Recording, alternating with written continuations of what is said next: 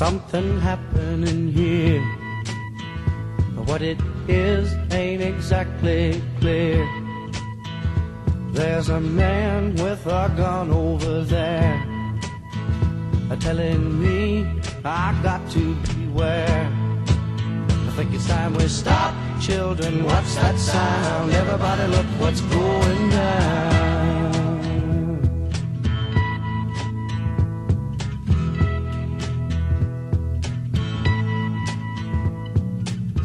There's battle lines being drawn. Nobody's right if everybody's wrong. Young people speaking their minds are getting so much resistance from behind. Time we stopped. Hey, what's that sound? Everybody look what's going down.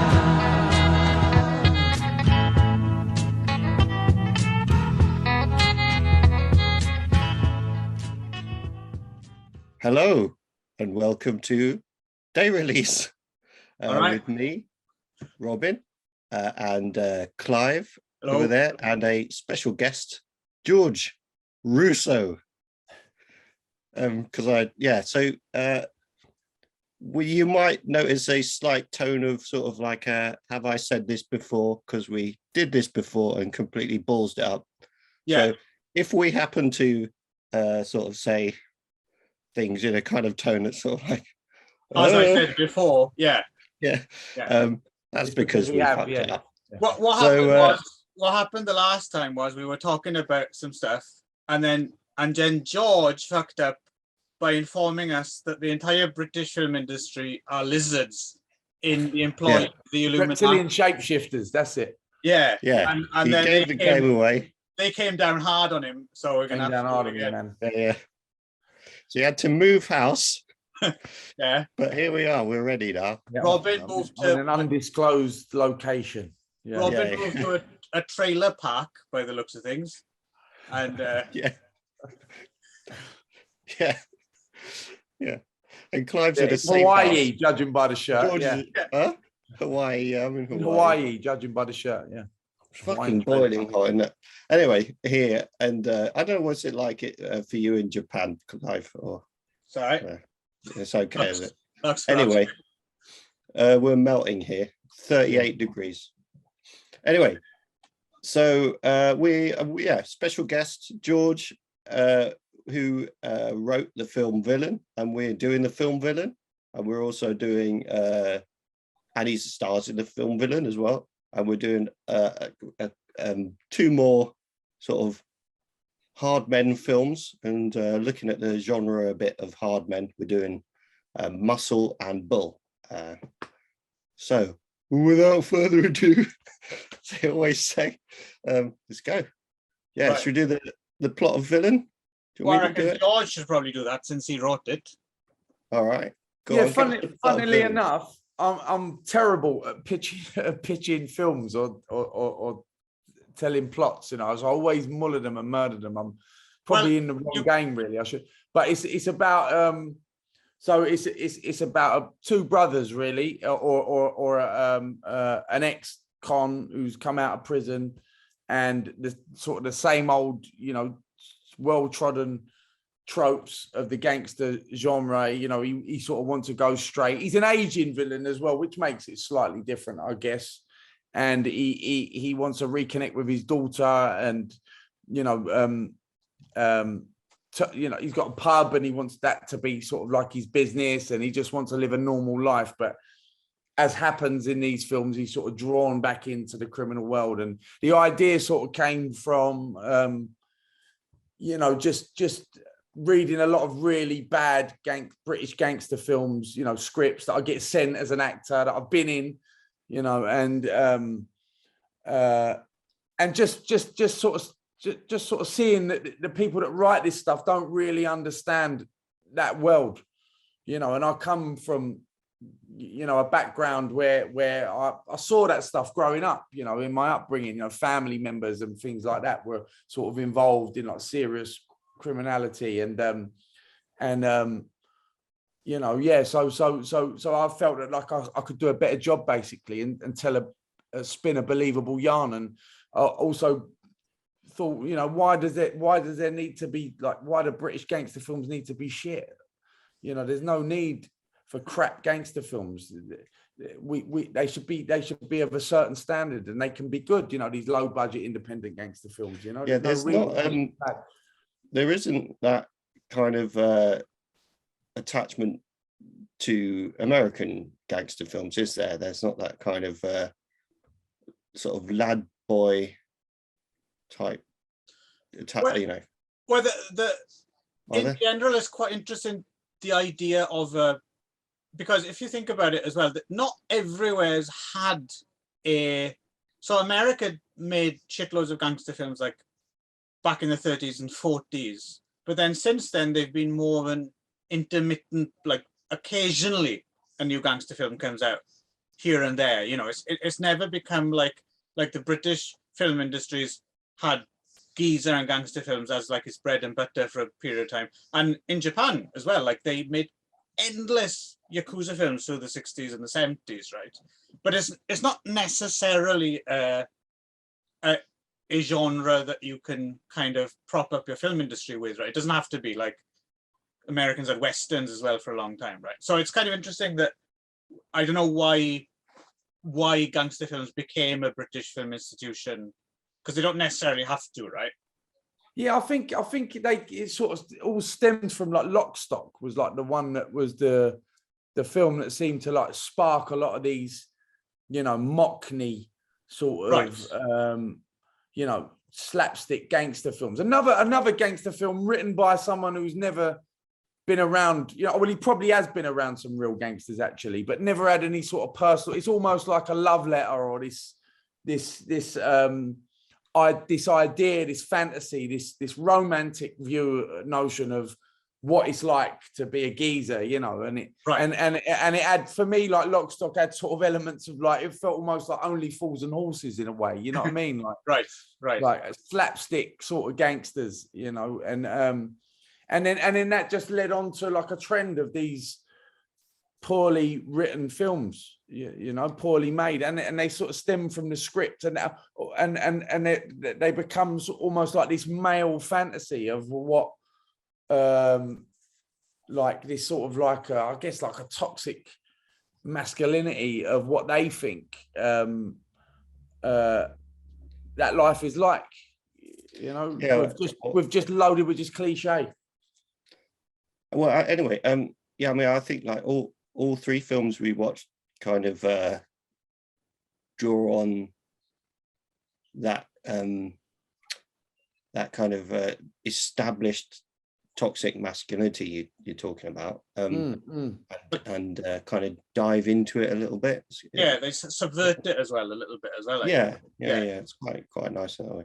Yeah, I just thought, you know, like I can write a good one, a believable one that feels sort of like it's grounded in some reality and that you can invest in and enjoy, you know, go on the ride, you know, go along with it, and not just be film, like, oh, this is another one of them.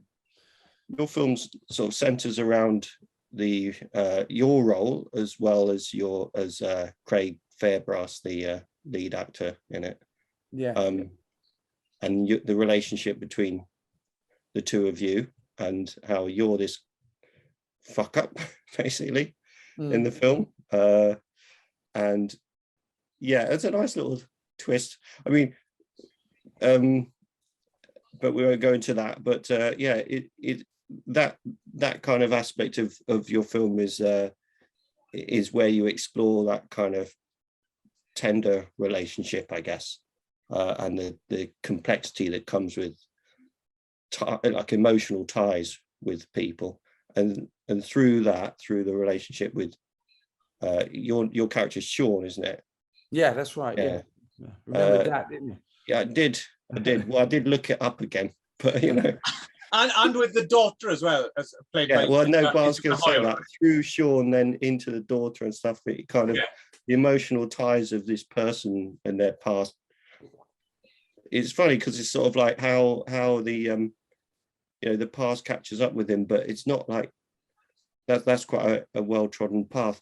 But then it's actually like it's not the criminality that catches up with them necessarily. It's the fucking family aspect, you know. Yeah, and like I think that's what people really want to watch. Really, they don't know it. They want to watch melodrama. They want to watch people interacting, you know, on a human level, and that's what holds your attention as an audience. I believe that it helps that the stakes are high and is set against this backdrop of criminality and, you know, like acts of, you know, violence and all the stuff that goes on in it, you know, the crime that helps you know, want to, you know, engage in it and want to watch. But really it's hard. It's a family drama, really, you know, and that's what people connect to and find interesting. It's what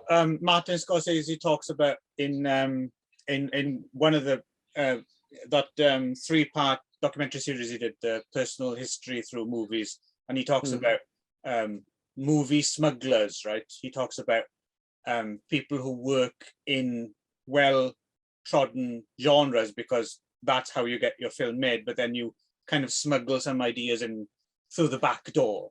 Exactly. It's a Trojan horse. I always called villain a Trojan horse because it's a drama, you know, it's a drama. And like, even when I met the producer Bart, like he said to me, one of the things he said to me is don't say the D word, you know, because they don't, you know, like dramas don't necessarily make money. They don't sell, do they? You Genre can't sell a pieces drama do. necessarily. So if you can write something that has a real heart, you know, and at its core is a great, you know, drama, but it's a genre piece as well, and you can sell it, you know, as a genre piece, then, you know, you're onto a winner. And it worked because it was #1 Netflix UK film for a long while there, right? Yeah, it was. And it's had like really good reviews. And then Time Out did like the 11 best thrillers to watch on Netflix, and they used our image. Villain was one of them, and they used like our image as the header for the article, which was great, you know. So, you know, for a film that was made on a really low budget, that had some you know, your typical sort of actors that are in those films, me included, Craig, you know, that it could have easily, you know, been considered just another one of those films, but it's obviously of a certain standard that people appreciated it, you know. So sorry, I think someone fell over upstairs. Right. Yeah, in my trailer. yeah. Just gonna have a two-story trailer. Wow. Yeah? You've got a 2-story trailer. Yeah. Yes. It's a big time. European. Well, I'll you go ahead, Robin, and you check any invalids in your vicinity. And so something a bit different then from last time, because it's funny we didn't think to do this because it's an opportunity to have a bit of an insider's view. So treading carefully, how was the process of, like, so obviously you've written the script. Yeah. And you're like, okay, I you know, I'm happy with this. I quite like myself for the role of Sean. And how do you go about, you know, the nuts and bolts of it? How does it end up becoming what it is and how it gets made? How did it get made? So, like, you know, I've managed to get 2 feature film scripts made that I've written, and managed to get them 2 people that got them made. Let's say that. And both of them just complete flukes, just complete luck. One of them's Turnout, isn't it? Turnout was the first, and Villain was the second. Is Turnout a feature film? Yeah. I wasn't aware of that. Because I haven't seen Turnout. I'd quite like to see Turnout, but yeah, you should watch it. You know, I'm really proud of it. It's a great film. Are you in it as well? Yeah, I'm in it. Yeah. Okay. All right. Yeah.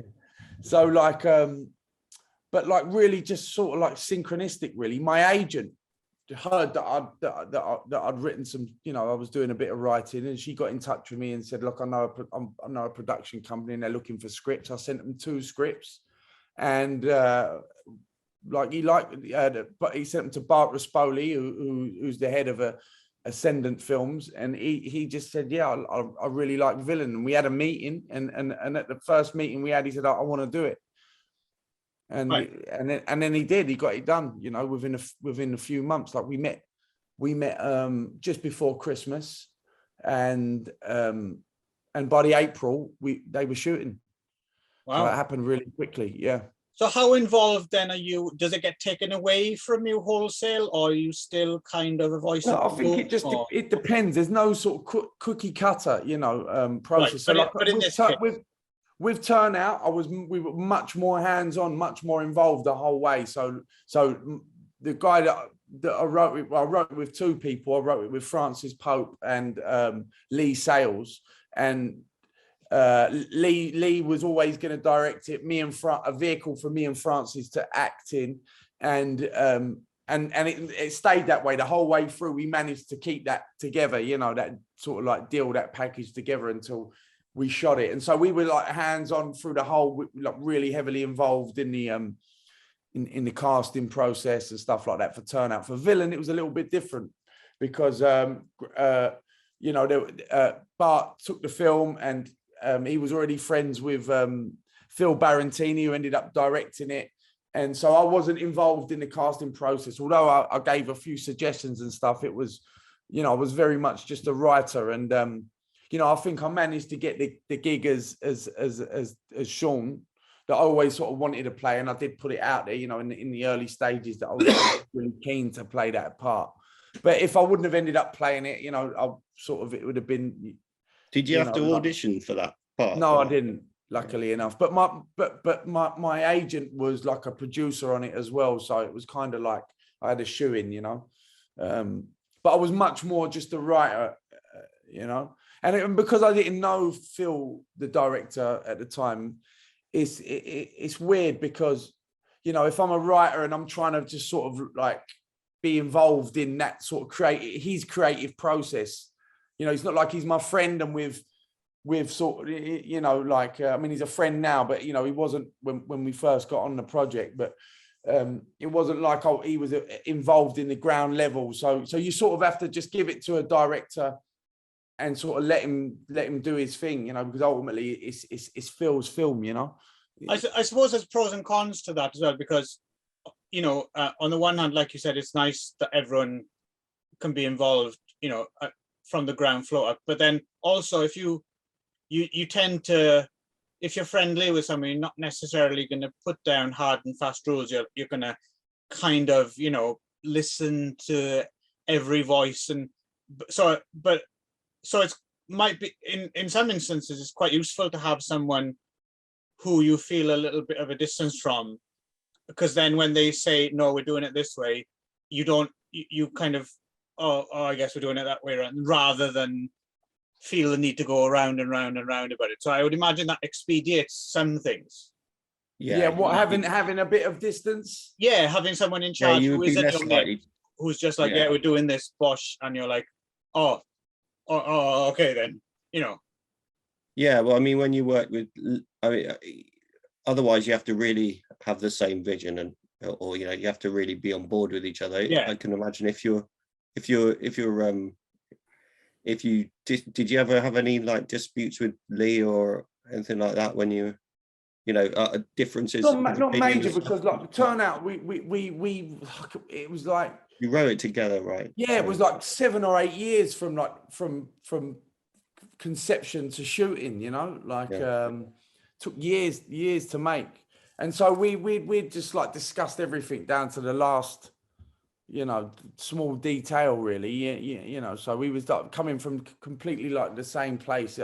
And it's like, you know, you don't want to sort of encroach on a, and I was acting in it, so it's really weird. Do you know what I'm saying? So I had to sort of keep that distance and sort of be an actor, and you don't want to step in and be a writer and start encroaching on the director's vision and what he's trying to do, you know. And I was just kind of grateful they were making my film, and I knew that straight away that they wanted to do something. They really cared. It wasn't just going to be another one of these geezer films, you know. And Bart, as soon as he read it, he got it. You know, and a few other people had the script before him and didn't get it. But he read it and straight away he got it. And I remember me and Greg saying, wow, like he gets where we're coming from. He understands it. And that's important. Do you know what I mean? To find someone who gets your writing, you know? The other things occurred to me is a lot of your films have, you know, they're drama orientated. They're quite like, they're not overly ambitious, you know, in terms of like, they're not, no, I don't mean it in a, you know, as in they're not like an epic 5 hour long, you know, historical fucking, you know, or massive action movie with, you know, an ensemble cast or anything. I was just wondering if you had it, because in that sense it's probably like it's easier to get it done because it's not something. I wondered if you got a project, or have you had a project where it's like this is the one film or the one epic that you've got in your back pocket? Actually, at the moment, me and Lee are working on a TV series, right. And it's all set in the 70s, you know, because like I was saying, like I come from quite a colourful sort of background in terms of like, you know, having close family members and friends, families, members like involved in sort of like crime, you know, like crime was just sort of like a normal thing growing up. I should say that we grew up together. Yeah, so, we did. Although, you know, I was on the wronger side of the tracks, really. Lot less crime on side of things. Well, no, to be fair, I had a lot of crime inside my house, but it's like it wasn't the kind of, it was, you know, the crap, depressing crime rather than the, although yeah, like my best friend's dad. Crime is a bit crap and depressing. My best friend's dad was a bank robber, you know, and his mum was a professional shoplifter. And my stepnan has got a book written about her called Gone Shopping. She was like the Queen of Thieves, they called her. She was like a shoplifter. My uncle was Lenny McLean, who's like a famous bare knuckle fighter, you know, like is that right? Your uncle's Lenny McLean? Yeah, so like I had all these colourful, like my other uncle was why did I never meet him, George? Tony McLean, who was like a famous, like a well-known and brilliant sort of con man, you know, just loads of these colourful sort of characters growing up. And it was normal. It was just normal because like Hoxton, where I grew up, was like this enclave of like social housing, you know, and just criminality was just commonplace. It was normal. And it was almost like you were held in high regard if you were a crook, you know. The thing about Hoxton as well is that like because we grew up on, you know, on a fairly nice comparatively estate. Well, we had Victoria Park, didn't we? Which is a big, nice. But then you moved to Hoxton. A lot of those houses are really nice, aren't they? Like for council houses, you know. Yeah, are you talking about where my mum lives? There. Yeah, but that's not really Hoxton. That's more like Murray Grove, bordering on Islington. When you go to Hoxton, there's no nice Georgian townhouses or anything like that. I have this image of all social housing. It's all blocks of flats. You know, there's no weirdly there's no nice houses there, like old. You know, like you get in like Bethnal Green that were sort of like working class houses, but they were old Victorian houses, you know. I have this image of you both meeting, maybe you, Robin, kind of in your horse-drawn carriage and called out the way, say there, oik, is this Hoxton? And yeah, that's how we met up the second time. Yeah, come on, George. Look. Anyway, yeah. But yeah, so we're writing this story, which is like an epic almost. You know, this story about these 3 female shoplifters and then some of the men in their lives as well, and then that sort of branches out to like all these other, you know, all these other colourful characters, and it's quite interesting, and it sort of like sort of climaxes in this with this robbery that took place in the Blackwall Tunnel, which was the first, I think it was like the first armed robbery that in Britain that was done in transit, and it was done by a gang called the Chainsaw Gang, and my best friend's dad was on it, and they did it in Blackwall Tunnel because the radios, police radios, or their sort of radios wouldn't work, and they faked a crash at one end of the tunnel and sort of blocked it all up, and they were dressed up as like police officers, like this real audacious robbery, you know. And then they went through the side of the thing with chainsaws and like got all this money. Earlier off air, George, this film that Peter Yates directed in the 60s called Robbery, which got him the gig of directing Bullet. Yeah. I think it might be vaguely based on that by the sound. Okay, you said 60s though, right? Yeah, when did this happen? This happened a lot later. This is like 77. Oh, okay. Oh, obviously not then. Yeah. But so, it does sound slightly, it does sound a bit familiar. Yeah. Do you know if they've ever done a film, like not officially based on it maybe, but kind of using the idea? Probably might have nicked ideas. They were quite famous, like this little gang that were known as the Chainsaw Gang, because they didn't actually use chainsaws. They used angle grinders. Right. But they would go, they knew exactly where on the van where the money was, because they had trouble sort of getting the drivers to get out the car. Like that was the hardest part, to get them out and get them to open up the money. So they sort of like cut that out and just went straight, you know, it's through the side of the vehicle. It's crazy because like, I don't know if it's on that robbery or another robbery, but my best friend's dad was knocked in his leg, and he shot himself in the leg with his shotgun and blew his leg away, and so he, you know, and had to go to like hospital to have like, because he was bleeding to death, you know, and he ended up getting caught because of, so it's just this like crazy story. And then that same guy, his mum before that was with another fella called Keith Jones, who's passed away now, but he was like the first black guy in Hoxton, you know, and she had like so it was like the only black guy in Hoxton, and he you know, she had a child with him, which was really like unheard of at the time, you know. And then she was in this like mad love triangle with him, and then this armed robber, and they was like at it trying to sort of shoot each other and kill each other. And so we got all these amazing stories that we grew up with, and a million more. And we just started to interview people and write all these stories down. And we were lucky enough to get this unpublished book as well from one of the shoplifters that she gave us, and said you can use it as source material, you know, like, and we've been developing that great. For a long time. That sounds fantastic. Really, I mean, fun. I know you said you weren't very good at pitching stuff, but that you sold me on that. It was a long pitch though, right? Well, yeah, it was. It's not 40 words or less. I can't. I don't think you could distill it really that well.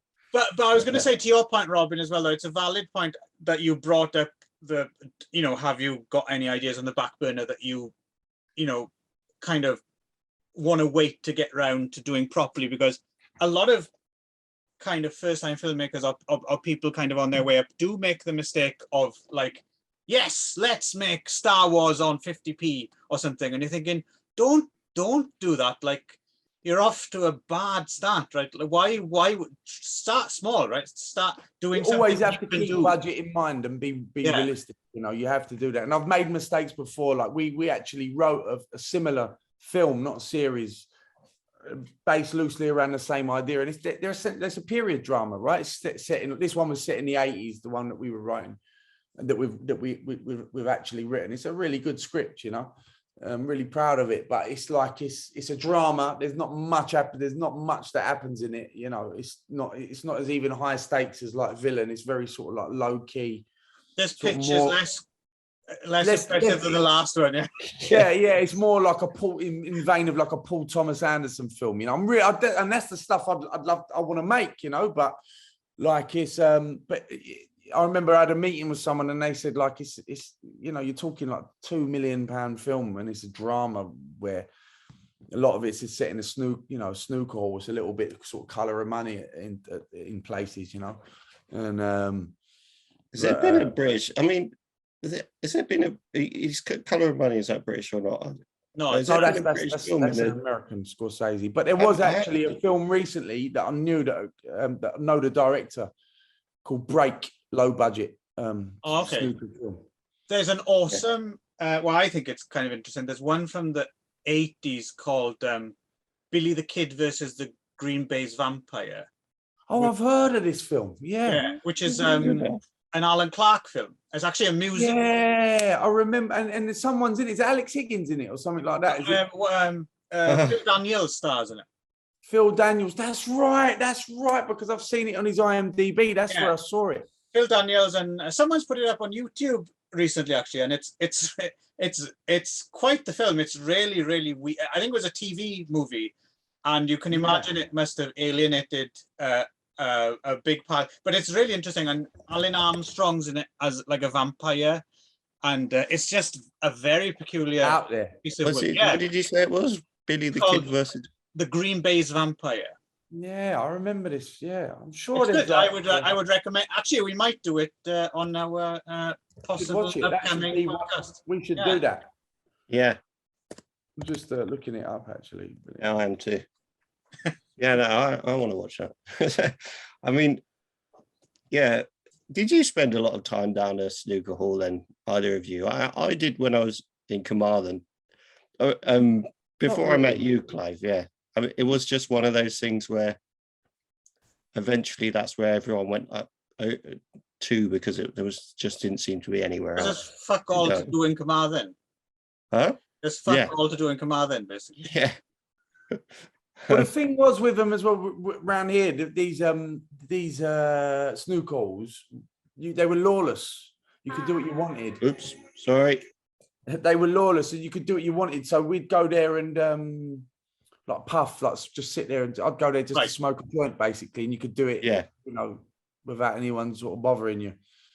Yeah, well, it didn't take us long to realise that. Yeah, you could kind of you could have drink in there and stuff like that, and you know, no one would bat an eyelid. I don't know if they're like that anymore. They were like spills, weren't they? You're always kind of looking out for a bit of trouble in the snooker hall as well. Like, looking over your shoulder, yeah. Well, just more like kind of, there could be any trouble. Just sort of, you know, but I don't know. It was just boring. Come on. I've gone a bit off track there. So the other thing I did want to mention as well, because you were saying, George, about you know, there's a certain amount of toxic masculinity and stuff like that baked into the genre in a way, right?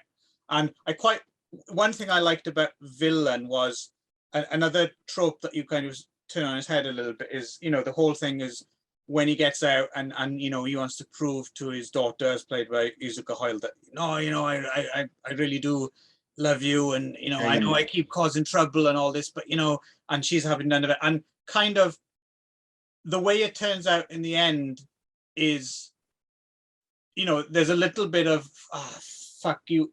Yeah, you did just fuck me over one last time, didn't you? I started to kind of the wall of ice melted a little bit. I let you in, and then you fucking go and do that. And it's that's the real tragedy of it. That's almost as tragic as the killing, right? Like the fact that he's forced his way back into her life against her sort of intuition. You know, she felt like it was the wrong thing to accept him back because he was going to come back and cause trouble, and he does. You know, break her heart. Isn't it usually a like an ex? You know, in that kind of genre, you know, and so usually it kind of transpires that, like, the usual thing is to, you know, you haven't changed, and then, you know, whatever, and then it kind of he reverts to type or whatever.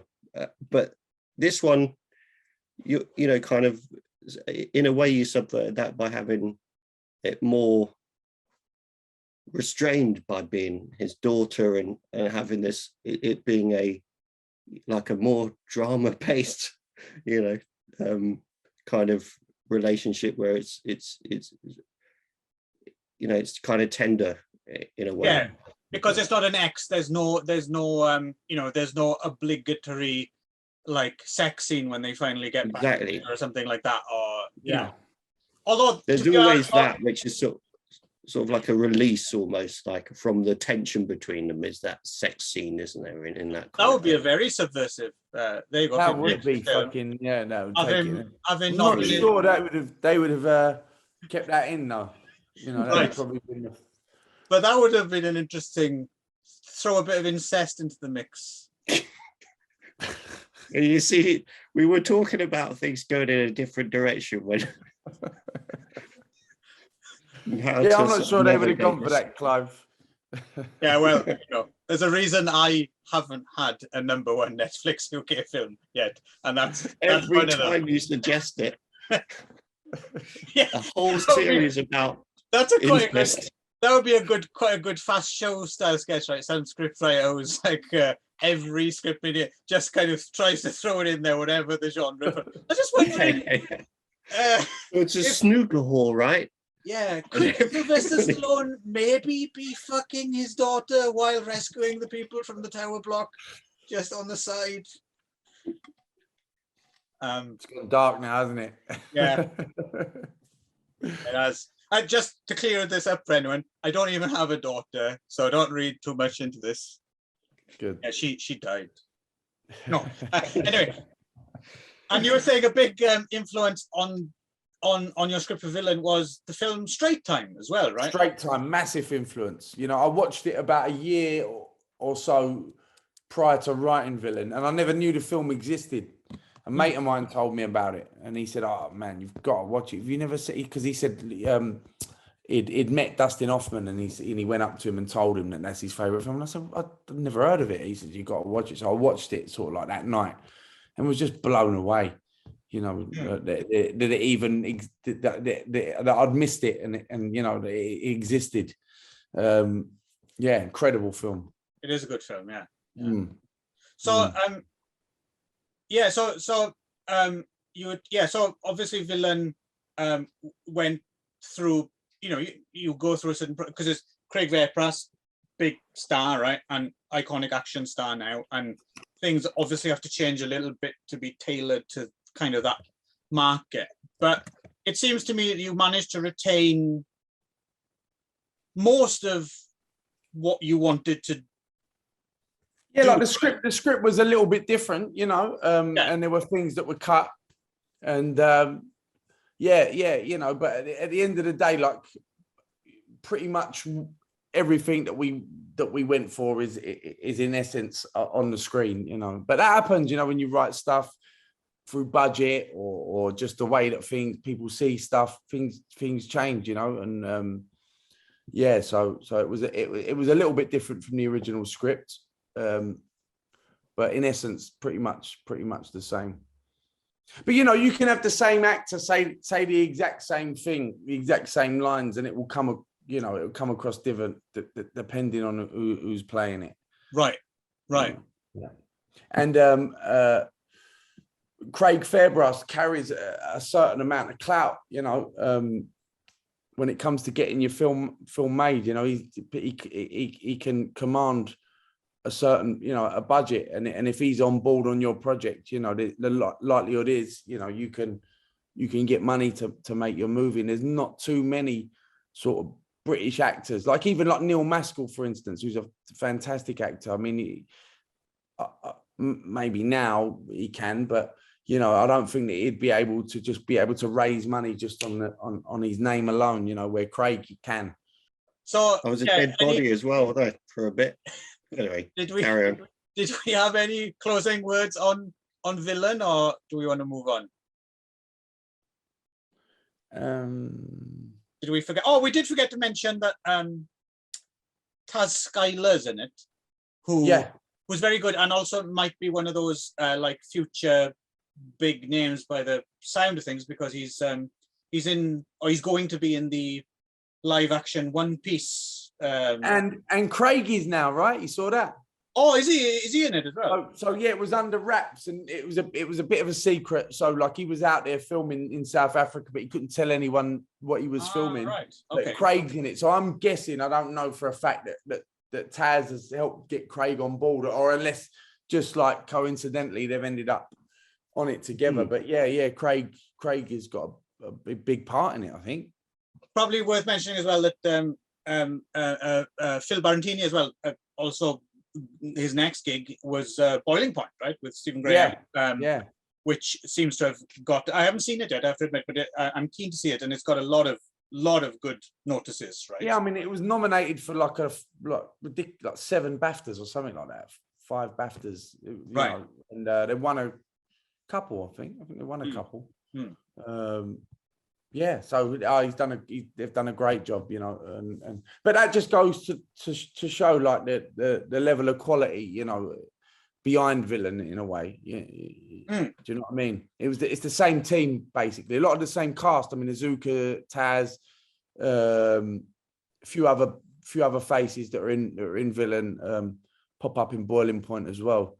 So yeah, man, you know, that's a great feather in my cap. You know what I mean? To have that team making making my film, the same people that did that.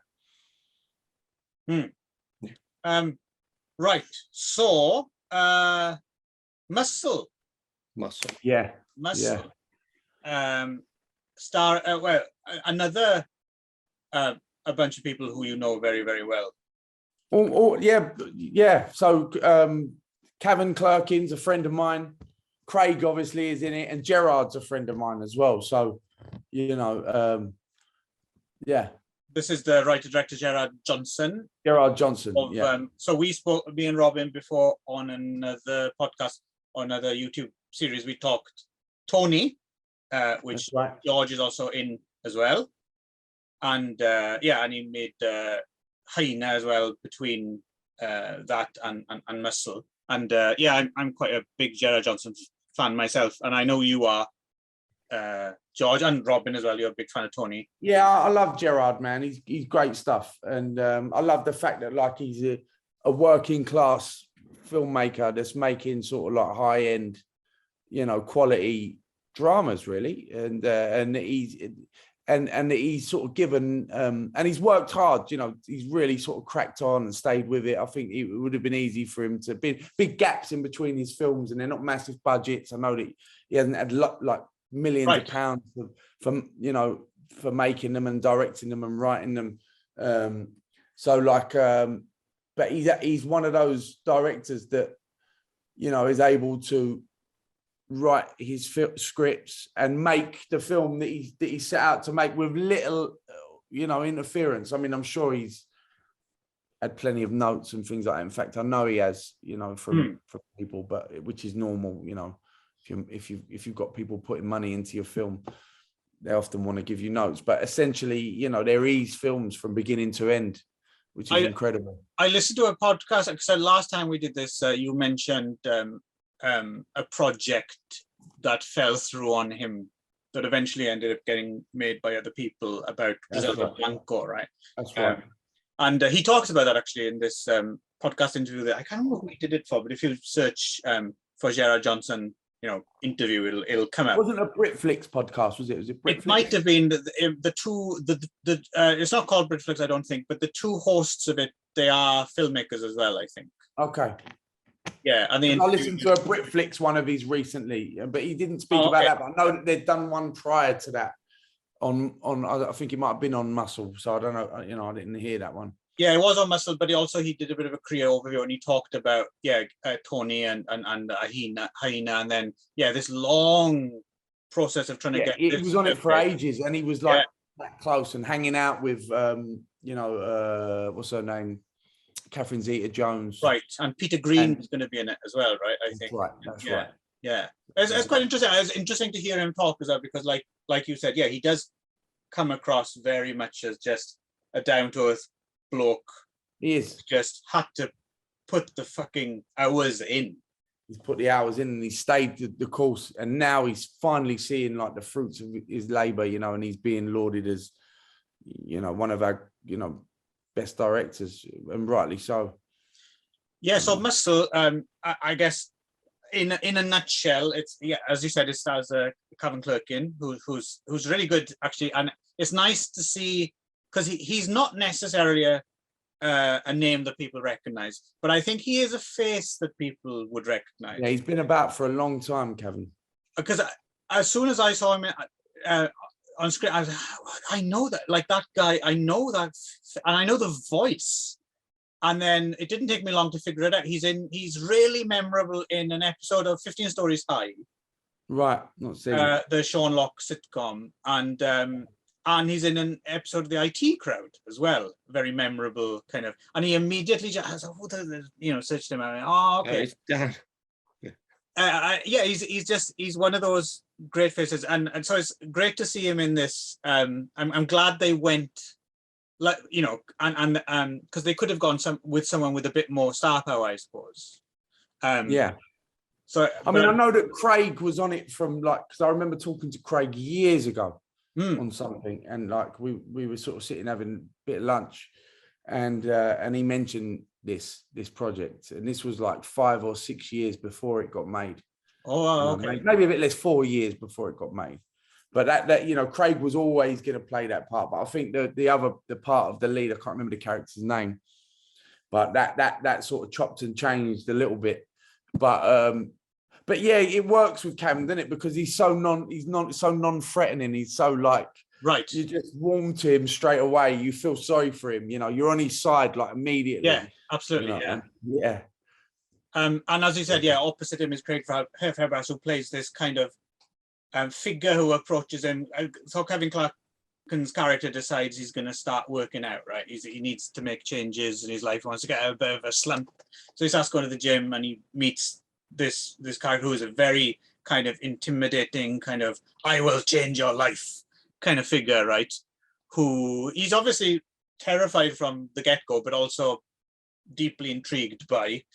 And and I mean, I suppose that, and he ends up moving in with him, and it's just this kind of odyssey of, like, this slow descent into some kind of very, very British, very, very suburban madness, right? Like, I'm not sure if you could make this film anywhere else. It's got a real flavor to it, right?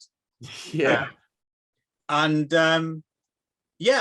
It's like you said, it's getting plaudits. It's all over the place, right? Yeah, and it's really unnerving, isn't it? And creepy, and it's, like, tense. But there's no real violence in it throughout the whole film. Not no spoiler alert, but there's no real, like, like, massive act of, like, but there's the threat of it.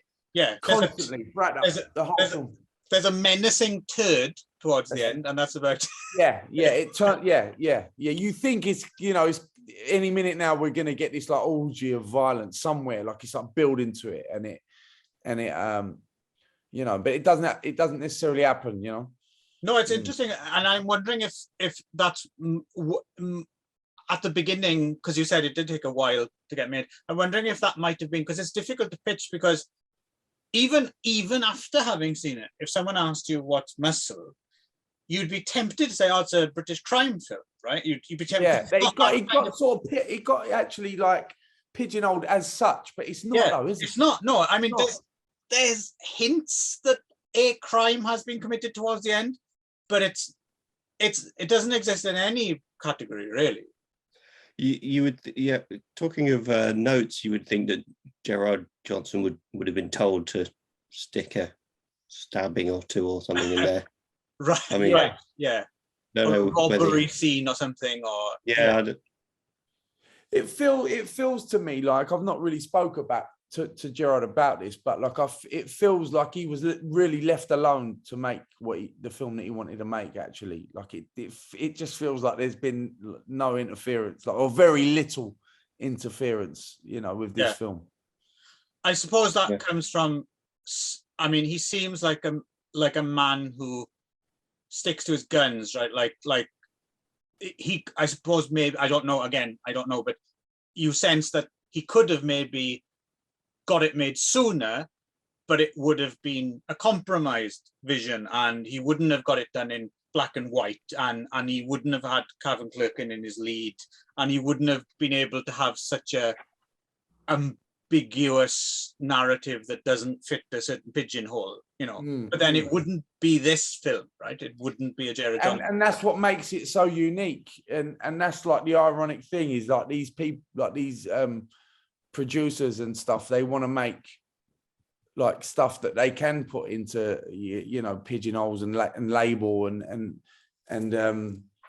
sort of like be the same as something else, you know, but then you get something so fresh like this, and it's so exciting, and and people, you know, applaud it, and it's a shame, you know, it's a shame there's not more stuff like this. It's a shame there's not that freedom to make this kind of stuff, you know, that there aren't more filmmakers having that, you know. Yeah, he's a bit of a surprise coming out of the industry in a way. He is, mate. He is, and I don't think he knows any different, to be honest, because like since his first short, he sort of just made what he wanted, you know, and he made his first two shorts, and then he was approached basically by the guy that wrote Shameless. I can't remember his name. But like he basically approached him and said, "Look, I can get some money to make Tony," and then he basically made Tony exactly how he wanted to make it. No interference. He made that film, you know, hardly any money. I think it was like 30 grand they made it on, 25, 30 grand. And then to me, his films are just that. Well, the two films I've seen, Tony and Muscle, they take awkwardness and then turn it into menace, sort of thing, like a real genuine threat, you know. So so the awkwardness builds and builds and builds, and it's always there. That so the Kevin, he played that really well, just having that personality, which was an awkward personality, not, you know, at odds with the situation he found himself in, just and it was crushed by it. And then Tony as well, you know, your part in Tony was extremely awkward and kind of, I mean, you know, it's just an incredibly awkward character anyway. So because what you talk about, Clive, like the Britishness, it could only be, I think, you know, crushing awkwardness that could kill you is like a national characteristic. Yeah. It's interesting as well, because even though this is was it Newcastle it was filmed in? Shot in Newcastle, and there's there's in a Britishness, but also there's something, even though it is shot, there's something more specifically London as well, I think, about that it reminds me of the Firebrass character. Reminded me of, I used to work in this shower curtain factory in Tottenham, like one of my first jobs, and in the warehouse. And there was a bloke who worked there on the machines, a young guy, and he was just, and he wasn't even exceptional, you know. He was probably there was a dozen other people like him, but he would occasionally corner me like somewhere, and he'd be fucking like furious that I'd done something which I hadn't done, and he's like in my face, and as he's in my face and I'm flinching, you know, naturally, don't fucking flinch, which makes me flinch more. Don't fucking flinch. And then eventually that's all I have to say is, "Oh, no, you're mistaken, I didn't do that." And then he's like, "Oh, that's all right." And he says, That's a particularly London thing as well. There's a film in that somewhere. There's a film in that. Yes. You know, that's the beginnings of a Muscle, isn't it? Yeah. Aquilona Products in Tottenham. I wonder if it's still there. But anyway, so and so the other thing I think is worth mentioning about, I mentioned this before, but I want to bring it up because the ending. So there's a kind of ambiguous ending. I suppose you could call it a twist ending of sorts to this film, and I know hasn't gone down necessarily well with some people. Like even some people who really like the film, kind of apart from that ending. And I think the reason is because it'll remind people of a certain huge late 90s hit film and the twist ending that film had, right? Because it's inescapable, because it's one of those iconic films that kind of everyone's seen, right? And I think we I think I know. We talked about that last time. I still didn't get it. I've forgotten what. Well, the reason I don't want to say what it is, you didn't say. okay. I know the one. I think. Yeah, You know, do you? I think so. Yeah. I'll tell you later on, because if I say what it is, then it's kind of a spoiler a little bit. All right. If you see what I mean for this film. I don't think I've seen it. That's why it didn't. It's an ensemble piece, right? The film you're talking about is an ensemble piece, is it? Lots of different actors in it that sort of made their name. Is it? Is it not that? No, I would say it's more of a two-hander in terms of yeah. Oh, I'll say what it is afterwards. I don't want to say it because it's a spoiler. But sure. I think because of it's similar. I think people will assume it's like a rip-off or something like that, right? But what I admire about this is, I mean, Gerard Johnson must have, because he's a very film savvy guy, right? He knows his film. Oh yeah, Jesus, yeah. So he must have known when this came to him organically as the ending of this film, I assume, and I'm giving the credit a benefit of the doubt here. He must have known, oh fuck, people are gonna think I'm ripping off right? And maybe, yeah. But he went with it. Yeah, and I admire that in a way, because it would have been very tempting. But if he's reached it naturally, then it's like, well, what can I do? That's what it is. And but I feel that like things are there to be like. Not, I think like, you know, is it a rip-off, or are they just are we borrowing from, you know, great films? You know, I would take ideas from all sorts of films, and I think nothing is created in a vacuum. You know, very rarely you get like something completely and utterly original. You know, they're all ideas are sort of stolen or influenced from other ideas. You know, look at Tarantino. He's the best example of that. Like everything's stolen. Right. You know, but yeah. He definitely would have been aware of what. Yeah. But what I mean is, I'm not necessarily. You're right, of course, but I'm not necessarily. I'm not sure if he would have come around it that way. I get the feeling it would have been right. You don't think that he said, "Oh, I'm going to take that and use that." Exactly. Yeah. I mean, not necessarily. He probably took that and thought, "Oh, that's already been done there," but fuck it, you know that works. Exactly. And you know, even if he'd been done it the other way, there's nothing wrong with that. But I'm just saying, it feels to me like that. But like his endings in general, right? His three features that he's made have all had that sort of ambiguous ending. Oh yeah. I mean, none more than like Hyena, which is like the biggest you know, like it's the most unusual ending. It's great. And, but that's a motif for I know some people.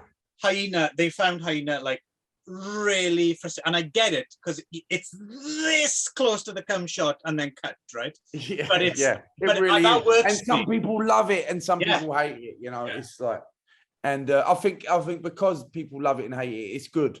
Yeah. For that reason, you know, alone, it's good, because it's a talking point and it's a point of controversy. And we should mention Peter, right? We have to mention Peter Ferdinando, because he's the lead in Tony. He's incredible in Tony. I mean, he's just amazing in that film, and he's brilliant in Hyena. You know, and like, and he pops up in Muscle. Yeah. And easily missed, isn't he? Chameleon of a man, right? Chameleon of a man. He's in my first film as well. Turnout. Oh right, okay. Oh, yeah, him and Maskell both in it. Both got big parts in it. Okay. And he's an incredible actor. But yeah, he bulked up for that. If you see him, he's all lumped up, ripped, and one of the only people with a Geordie accent, which is typical Peter. Yeah. That's what I like, is the fact that he's only kind of in a few scenes, but he went that extra one scene, right? One scene. One scene. Two, maybe a push.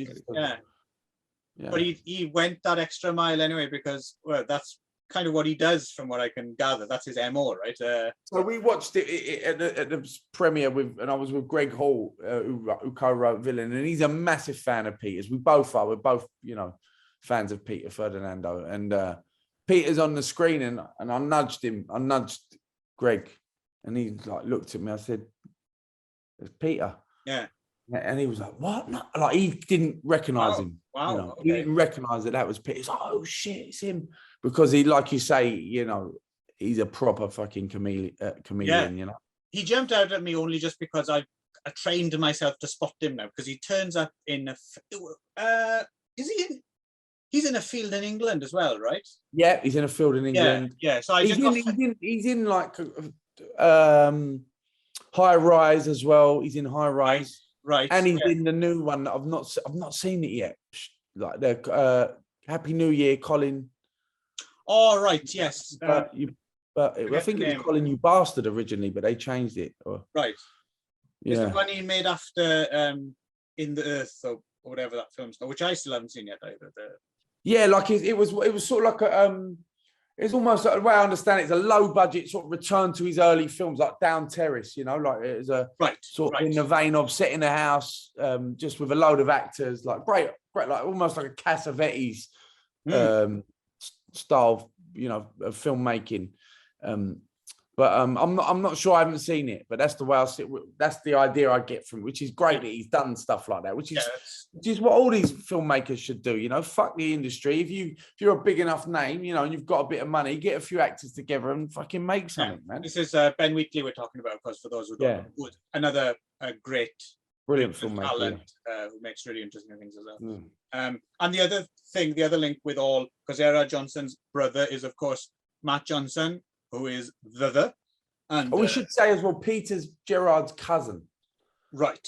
They're cousins. And then Matt Johnson, as you said, go on, carry on. It's his brother. Yeah, I was going to say, I mean, I remember that from when I was a kid, they've always been there. I always assumed it was a band, and I guess they must have been a band on tour, but I'm not sure if the recording is just him. If it's just Matt Johnson, I'm not sure. And then he got a touring band or whatever. But they were never necessarily a band I was into. I didn't really hear much of their stuff. But across these soundtracks that he's done with his brother, I've really come to appreciate like what a diverse kind of palette he has. Like he can do all sorts of shit. It's kind of quite impressive, really. Like he can turn his hand to, and I really like the soundtrack to Muscle. And it feels very English as well, doesn't it? For some reason, there's such an English sound to his you know, the soundtracks that Matt Johnson makes. There's just a vibe to it. Like for some reason, it's the Tony one I can really remember. Right. And it's just something really just like English London, like Hackney almost like. And I think we did mention before as well that the both Muscle and Tony, and I can't remember if Heinant does or not, but it goes that classic kind of credit font. Yeah, very like unassuming, just Tony. Oh, Muscle. Yeah. Yeah, and very specific. And with the little XXM. Yeah. I love that little motif he has going on there. It's great. Nostalgic kind of. Nod to like the 70s, 80s, early 80s. Yeah. And were you saying as well? Did you say that? Or actually, this might have been in the interview. He did, but I think there's a little bit of hardcore in this film. What are you going to mention that? Yeah, there's a swinger. Oh, you're going to mention it. They put an ad out. Yes, I know that they put an ad out in like a local paper or online somewhere for swingers, real swingers, to come to this party, and they were just local real swingers, and they signed like an NDA, you know, or some sort of, not an NDA, but like some sort of release form. Right. They were happy to have like real sex on camera. And it's nice. It's a nice little frisson again. It's like you think you know where you are, and then suddenly, oh, there's a big erect cock. I didn't expect that to suddenly. I guess that is our violent scene, right? That's the that's our. Right. So we don't have an orgy of like graphic violence that there are in some of his other films. But in this film, that is it. That is our like shocking graphic thing, you know? Yeah. But what he was saying was apparently there was a version prepared with that stuff removed or torn down. And what surprised me was because I think some of the funding for Muscle was French funding. Yeah, I think so. Yeah. And apparently that was for the French. Really, I was quite surprised with that, because in general I was thinking the French are usually well up for that, right? More than we are. When you think of like, I don't know, like the Gaspar Noé stuff, and like the blue is the warmest color, that has like really like graphic sex scenes, you'd think like they would want that stuff in there. Yeah. French love it. Yeah. can you not put the more sex in this? More penis. This is a boring British shit film. Put some cock in there. Huh? We love that. Apologies to any French people listening, but yeah.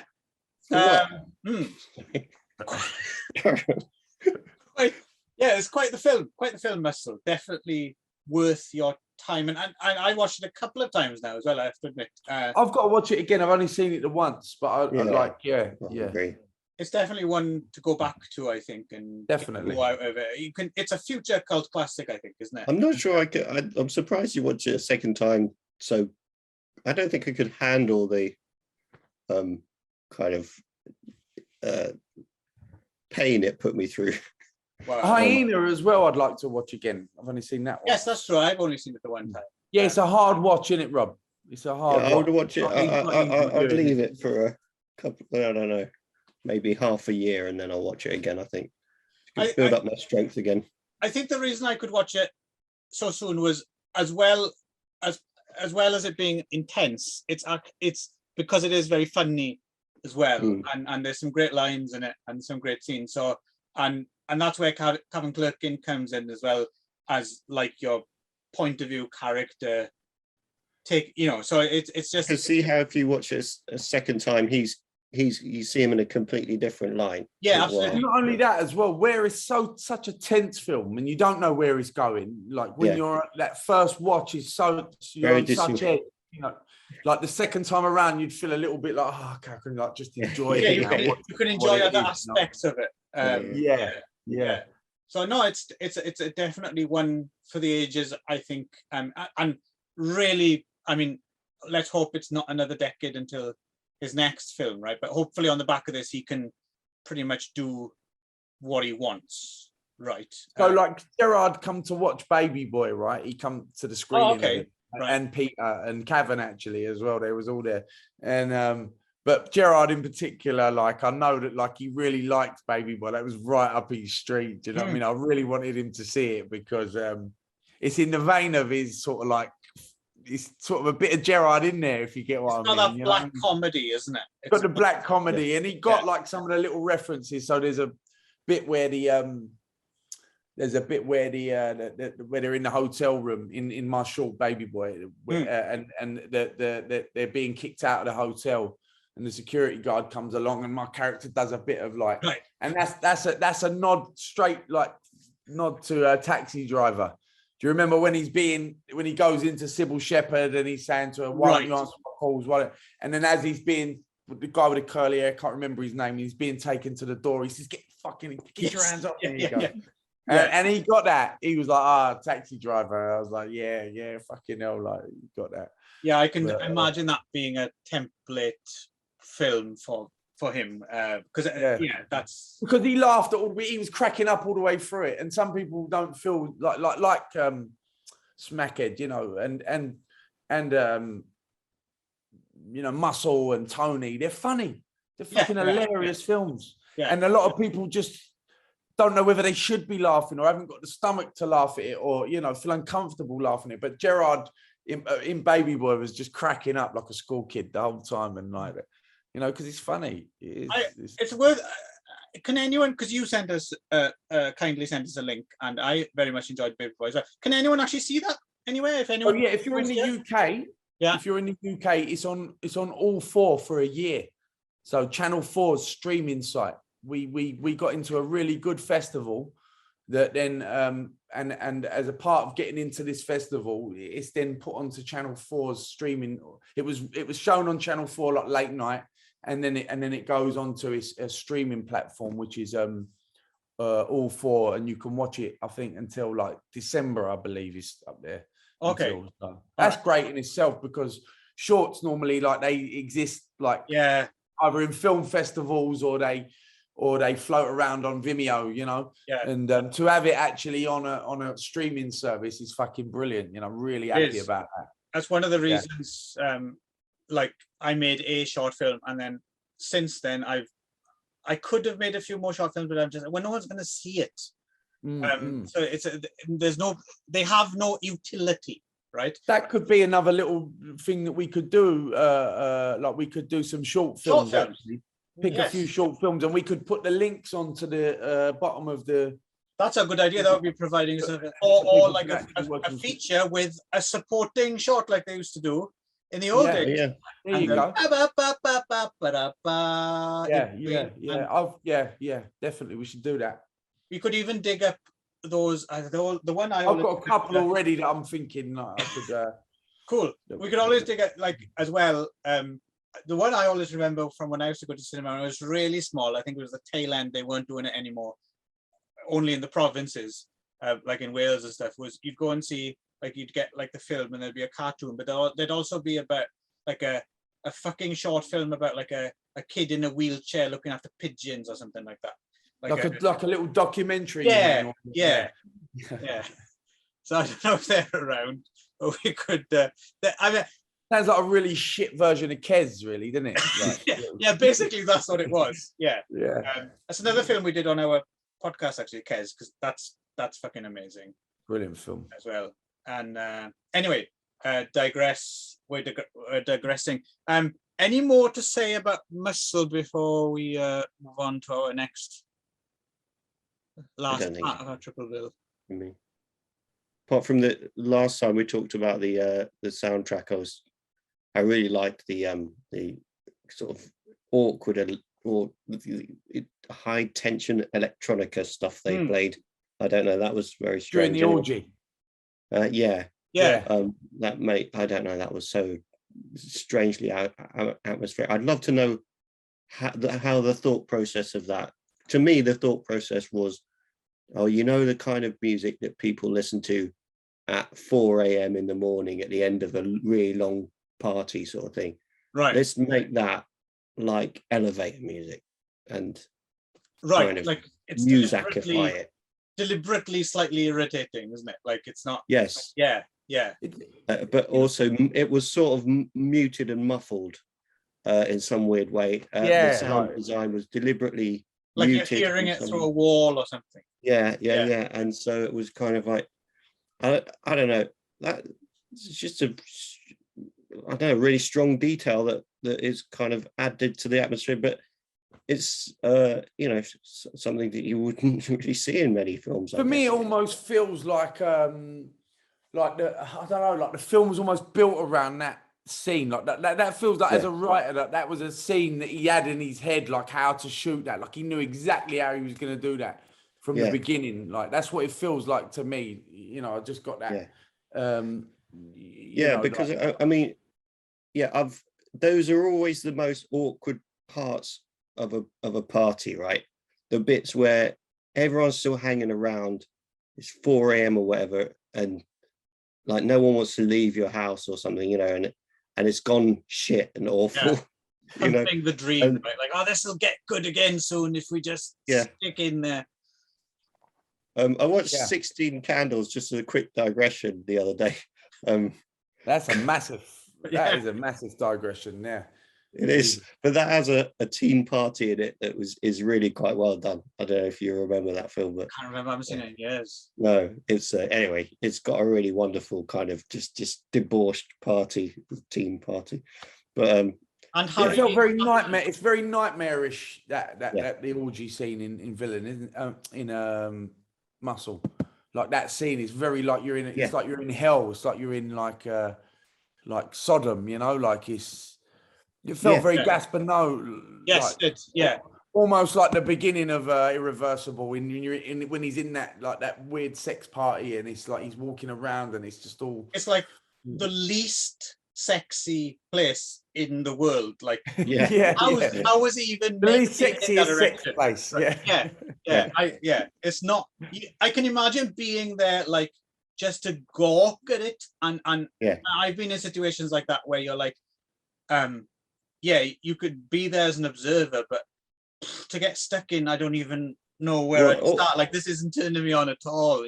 Also, it comes off the back of him having a dry period of we don't know how long, but it does feel like he hasn't had sex in ages, has he? Yeah, he's almost sex phobic, isn't he, at that point, because it's been so long. I think. I thought he was really horny. It's just this has put him off sex for life. That's what my take on it was. Like, he was really horny up until that point, and then because it's getting built, and starting to kind of get a bit of an ego, and then I don't know, this is the turning point where it's just like, I didn't realize how horrible my life was. Right, let's talk let's talk some Bull then. This is the more recent release of the films we're talking about, and this stars your mate, doesn't it, George? Another friend of mine. Neil Maskell. He's brilliant in this film. I loved him in this. He's just great, and Neil's always great. He's always just plays it just right. He never overacts. He's just he really stands out in this film. And another veteran of Tony. Another veteran of Tony. Yep, he's in my the first feature that I wrote, Turnout. He's in that, and he's the reason really that I got my feature made, because I was in. He directed a short film. It's like about 25 minutes long, called Shit Kicker, and I'm the lead in it. And through that, the producer of that, I ended up. They were going to they was interested in making a feature of Shit Kicker, but that never happened. And they were looking for a project, and I happened to have my film Turnout, and I gave it to the producer, and that's how it got made. Is Shit Kicker out there for all to see? Or I don't think you can get it anywhere. I'm not sure where it is. I mean, he sent me loads of times. He sent me a link to it. There was a Vimeo link with a password. Oh, okay. Yeah. Well, I mean, if you ever have the time, I can't find it, but I've got it on a DVD somewhere. Okay. Well, if you ever get the chance and ask his permission to share it with a couple of weirdos you do a YouTube video with, then I think Greg, my friend Greg, might have because Greg, we did a screening of Smackhead, Shit Kicker, and Tony, the short. Like some place near us that we go to called Vuto Rini's, which is a cool little arts club, and we did a screening of those three, and he got permission, a copy of it off of Neil, so he might have a copy. I know Neil wouldn't mind us watching it. As it seems as I mean, at this point as well, it's he's doing all right for himself, right? It's as if we're taking out of his pocket. For sure. And some people, other people might get to see it as a pique their interest. So we both had a go at it. So I think this is Robin's turn to do the brief plots. Oh man, deer in the headlights. No. What happened but what's the main thrust of? I mean, this is a pretty easy one, Robin. You should be able to handle this one. Really? Yeah.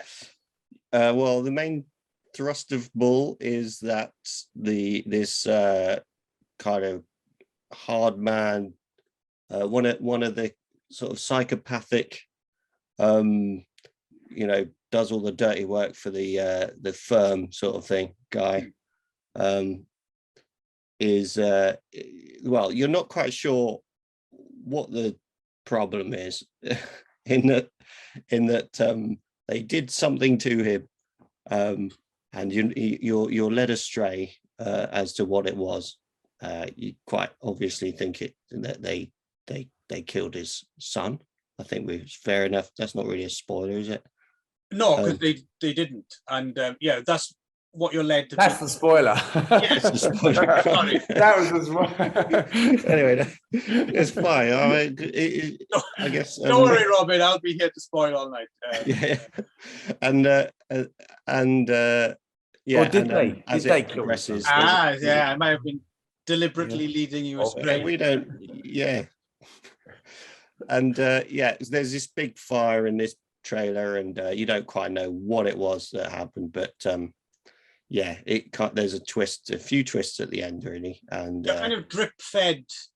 Things in flashbacks, right? And the main thing centers around Bull's relationship, because he's the muscle. He does all the dirty work for this firm, and the relationship between Bull and the main, I've forgotten his name, but the main head honcho of this weird company criminals who also work at some sort of packing plant or something. Or We're like, not quite could be a sure what shipping- their cover We story. don't quite know what they work as. Yeah, but they have like they high wear vis orange vests. Yeah, always in like high vis jackets. And Yeah, they yeah, look quite- hanging out in like a calf. So it's almost like they're about to go and dig up a street or something for the day. Yeah. But it's a nice little touch. You're like, what do they do exactly? Like, what are they up to?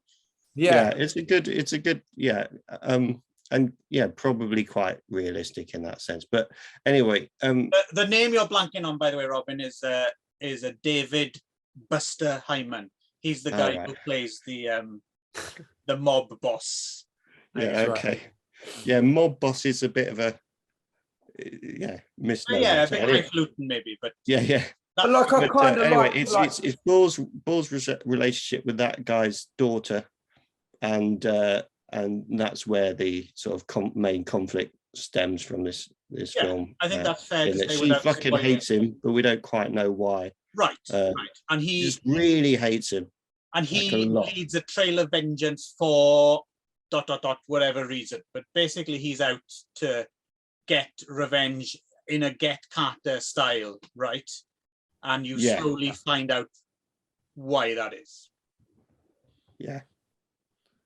Yeah, and I think that like he's a great mob boss, because I think he's grounded in so much reality because of those little, like we said when we discussed it on the last one, you know, that he like his house is not particularly lavish, or you know, it's just like a normal sort of you know, ex-council or council place, you know.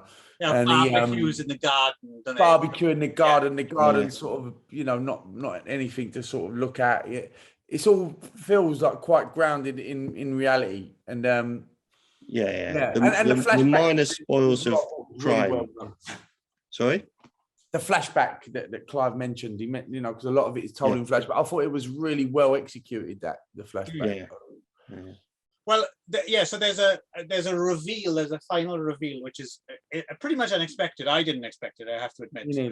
And it just elevates an otherwise, you know, still pretty good revenge thriller. It cranks it up and makes it something better, I think. But what's interesting about it as well is I specifically remember there's an earlier scene in a car where a character reacts to someone else does. And when I was watching, I was thinking, oh, fuck, that sticks out like a sore thumb. Like, that's a really bad, that should have ended up on the cutting room floor. That looks too much, you know. But then when the reveal happens, it automatically sends you back to that. And you're like, no, perfect. That's exactly right, you know. So I like that. Yeah, I like that. And like you said, you know, it's a ballsy move to do, because you could alienate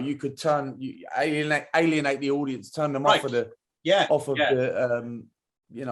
film. But you know, so you're banking on the fact that they're going to stay with it and watch it to the end. They also chose a character for that bit that you wouldn't. I mean, he wasn't a huge character in it, I guess, but you wouldn't expect that particular person to react like that. It was like he spilt milk and the guy goes, yeah, exactly. That's what I mean by it. He was out of character. Yeah, out of character, and also out of proportion to whatever that person might have done, you know.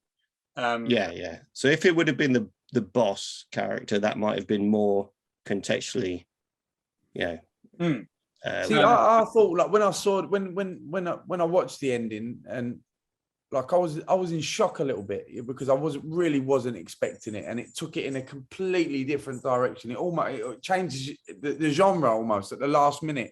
It switches genres, and I didn't. And at first I wasn't sure. Like, I was like, oh man, I'm not sure about this. Once it sort of was allowed to sort of settle in, you know, the ending, and I really liked it, actually. Yeah, well, it took me a while to get my head around it, because it was so out there. Paul Andrew Williams, writer director on this one, London to Brighton, right, and the Eichmann Show, and a few other interesting bits and pieces. Again, seems to be someone. I guess Bull will probably open some doors, because, like you said, to your point a long time ago, why don't we make, because we can, why don't we make good British crime films? And all three films we've been talking today do that, right? I think they're all, finally, this is how it should be done, right? And all quite distinct from each other. I know we talked about Maskell isn't really a crime film, but in lieu of another category, it's kind of, it's in there somewhere, dancing around the periphery of a crime film, right? Yeah, and they're blokey, I guess. They're kind of blokey films, aren't they? Like, in a way. That's true. I'm not sure if they pass the Bechdel test, right? Probably not. Yeah. But that's all right. And not everything has to, and they're not Leary. Yeah, nothing against I love Leary films, but there's a place for them. Yeah. And it's not necessarily in mainstream thrillers anymore. Like that stuff, it can still exist, that's fine, but it's probably better on the margins where people know what they're getting into, rather than to have that shoved in your face. If you want to see that Leary stuff, don't worry, there's a whole world of it out there, but as long as you know you're getting into it, right? Whereas, so it doesn't go too far down that route. But they're blokey, but they're not, they don't feel toxic, only in as much as they're supposed to, because they address that, as we spoke about earlier. And I felt like some of the actors, I'm not IMDb'd everyone, but some of the actors in Ball, they felt like they were non-actors, like they didn't feel like, obviously like David Heyman. Well, isn't there Sorry, I tripped you up there. He's a lovely fella, actually. I've met him. He's a really nice dude, and he's a great actor. Like, he's brilliant in Ball. He's very great. He's a good. He's a good not a counterpoint, but he's a good he's on the other end of Maskell, right? Like they. Yeah. And and I feel like some of the, especially the members of the gang, it feels like a few of them are littered with they feel like non-actors, very non-polished. I get a vibe that probably a lot of those scenes were improvised as well. Okay, interesting. I hadn't thought of that, but you could be. For instance, the one that comes to mind is when the little boy comes home and says, "Oh, Balls told me to give you a message or something," and then the wife and the dad are like panicking. And then one of them goes out to meet him, doesn't he? The dad goes out to meet Neil, and but that scene with the wife and the husband sort of panicking felt quite improvised to me. The problem I had with that is that with some of these non-actors, like Neil Maskell's so good in it, he's so brilliant. Like, it's hard. I feel like they had a hard time keeping up with him. Like David Heyman, no problem keeps up with Neil. Like they're both like real masters. Like great at what they do. But some of the other actors, I felt they struggled. There's a lot of, and it's hard to keep up with Neil. Trust me, he's a brilliant actor. You didn't watch it a second time, Clive, did you? No, I am speaking from memory. I have to admit, I didn't get a chance to watch again a second time. Although I would like to watch it again, but in a little while. What you were mentioning with the kid, that scene, I can't remember that properly. Well, I did watch it twice. Actually, I watched it once on my own, and then my missus wanted to watch it, so I watched it with her, sort of. But I was doing other bits, but it was on, and I was catching bits of it. But I was just thinking his relationship with his son in hindsight and stuff. When you've watched the film, I can't remember it well enough to think back on how's the ending change watching that. I'm just thinking. That's definitely one that that needs that could do like a more scrutinized watch. Where you sort of with the keeping the ending in mind. But talking about his son, that is what because he's an abysmal character, right? He's he's a violent man, a cruel man. Like, he does some real cruel stuff in it. Especially when they go into that butcher's, the slaughterhouse, and he does that, like commits an act of violence on that poor fella. Like, Well, that's the other thing I liked about it, and it tied it into that tradition of films like Get Carter as well, is the fact that if you remember in Get Carter, there's a scene where a woman who's kind of basically helping him find who he needs ends up in the trunk of a car, and the car just ends up in a canal, and no more said about it. It's kind of like that casual, like, oh, well, there we go, she's dead. Happens, yeah. Yeah, so I quite like that fact that, yeah, even though you are kind of rooting for the Neil Maskell character, I've no idea why, because he's a horrible, reprehensible man. But it's the love, that's what I was going to say. What sells you on him, what, you know, I don't know if you have sympathy for him, maybe you do, but it's the love he has for his son. You know, it's that, you know, he's a doting father, isn't he? Like, and he genuinely loves his son, and he's never mean, really, not really mean. I think he does a little bit where he's sort of saying, don't be a wuss or something like that. He's saying to him, which is a little bit like mean, but in general, like, he's a loving father, and that's what makes you sort of like warm to him, I guess, as a person. Like, yeah, sort of. There's a genuineness about him, you know, and that's the other thing we said as well. Like, he's what you see is what you get. There's no lying in him. Like, as Tony Montana, I think that part of it is also just that he's awful, but then also everyone else is that one step more awful. Yeah, so right. You know, he's a bit like he's horrible, but he's been trained to be horrible as well, right? Like, he reminds a little bit of, there was another recent British film, why am I blanking on the title? It had Cosmo Jarvis in it, and he was like a kind of enforcer character for these crims, but he'd kind of been trained. He was almost like a bulldog or something, you know, and click their fingers and, you know, sick them, kind of. So even though he did horrible things, he was sympathetic just because he'd kind of been trained to do it by even more evil people. Shame I'm blanking on the name of that film. Anyway, it reminded me of that a little bit. It's like he's incapable of lying, isn't it? So, like, in the end, when I remember there's a scene in the end where they're, you know, I don't want to give it. I'm trying not to spoil it, but he's on the, you know, he could possibly die, you know, and they say to him, you know, if we let you go, what are you going to do? And he says, I'll come back and kill you all. You know, I'm gonna get you. Basically, like, you're better off killing me now, because I'm going to come back and. Yeah, it's a nice even in that moment, he can't lie, you know. So there's that honesty, you know, which I was saying that, like it's like the Tony Montana thing. Always come back to that, like. He says, always tell the truth. There's another innocence. He wears his heart on his sleeve, in a way, you know, and what you see is what you get. And for that, we can applaud that or respect that. I think you can invest. Well, personally, I can definitely invest my own sympathy, because I'm not that good. You're an enforcer for the mob on your days. I am that. Yeah. Are you still doing that? And I will kill you. Are you still doing that? Yeah. Yeah. But I'm also like really like quite badly honest. I think, you know. Right. Yeah, everyone else is kind of, or everybody to a certain extent is filtering stuff.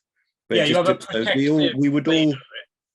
Pardon? You have a protective layer where you only give out a certain amount and no more, because you can get in trouble. I'm always volunteering way too much. Yeah, I do that as well. I think so. We can all sympathise with Bull in that sense of like, you probably walked away from that bit where, you know, while he was in the, well, I don't want to spoil it, but while he was in that perilous situation, probably thinking, I shouldn't have fucking said that. What's going on in his mind? The film I was thinking of, by the way, with Cosmo Jarvis was Calm with Horses. That was the name of the film I was thinking of. Oh, yeah, I saw that film. Very good film. So it reminded me a bit of that. Right, so... is that his name? Is that the young kid's name? Cosmo Jarvis? Is that his name? Yes. Yeah, he was in... he's brilliant in it. Yeah, I know what you mean. Yeah, I thought you meant I thought you meant Cosmo, the big Scottish actor, and I couldn't think of. Right, he was in Lady Macbeth. James Cosmo. I thought you meant James Cosmo. Oh, right. No. Much younger guy. Yeah, much younger. Yeah, no, good film, Calm with Horses. Really good film. And that's yeah, another one we could have put in this company almost in a way, actually. Could have been. Yeah. And you have a real sympathy for that guy because he's a bit simple, isn't he, as well? Right. Also stars one of my other favorite, and again, I'm blanking on his name. You know, the young Irish kid who was in. Oh yeah, Barry Keoghan. Barry Keoghan. Yeah, I don't know. He's fucking great. He's got so much screen charisma. That kid. He's he's not even a kid now. Face is just his eyes and everything about him. Everything about him is brilliant. Big fan of him as well. Yeah. Anyway, I'm gonna have to go, lads. So any summing up, or should we just say farewell, or anything more to say about Bull? Or I'll say that they were all really fantastic films. Yeah, really all worth a look. Yeah. Triple bill. Give yourself a triple Go bill. and watch them. Yeah, watch them. Watch all three of them. They're worth it. Yeah. Pay for Villain 10 times. Pay to see it 10 times. Paying for it. Make George a rich man, and then he can do his pet projects. Then I'll write some really good stuff. Trust me. Yeah. Trust me. Thank you, George, as well. Thank you very much. Yeah, no, let's do it. Let's definitely do it again. Let me know when. Let me know what we're watching, and we'll do it. I've enjoyed it. It's nice to talk about films, you know. Yeah, no, it's been a pleasure having you on. It's been, it's cool. Yeah. All right. Cool. Until next time on day release then, and maybe we'll see George either here or on something else, maybe. Definitely. Yeah. All right. Thank you. Cheerio, bye. See you later, guys.